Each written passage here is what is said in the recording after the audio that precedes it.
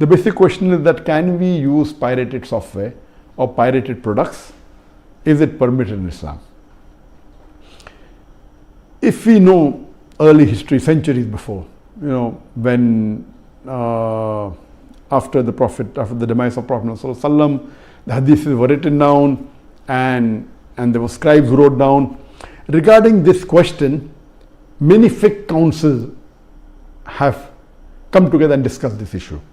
According to the fiqh council of Muslim World League in Makkah Mukarramah, also the fiqh council of Jeddah, they said that previously when people used to write the hadith of the scholars of the muhaddithin, so that the original copy, in case it is lost, this preserves it. So it was an act of sawab, and it used to take days and weeks and years to write down.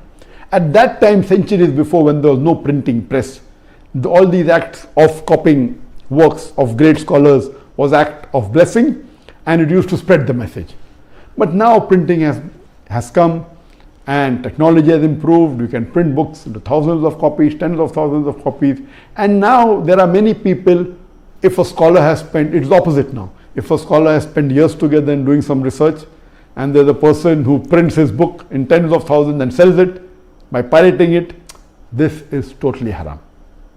So what previously was act of sawab to preserve the work of scholars, today if you copy it, if it has a copyright, if it doesn't have a copyright, like my books have got no copyright, anyone copies it, I said you'll get sawab. Anyone makes videos of mine, no copyright, as long as please don't change it. Yet people change it.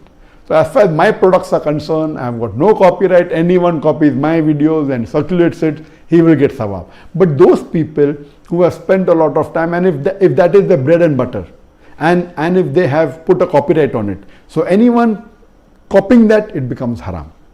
Even according to Sheikh Uthaymeen, when the question was asked that can you copy things which have got copyright, can you use software which are copyright, he said if you take a book and if you make few pages photocopy for personal use, accept it, but not for mass circulation.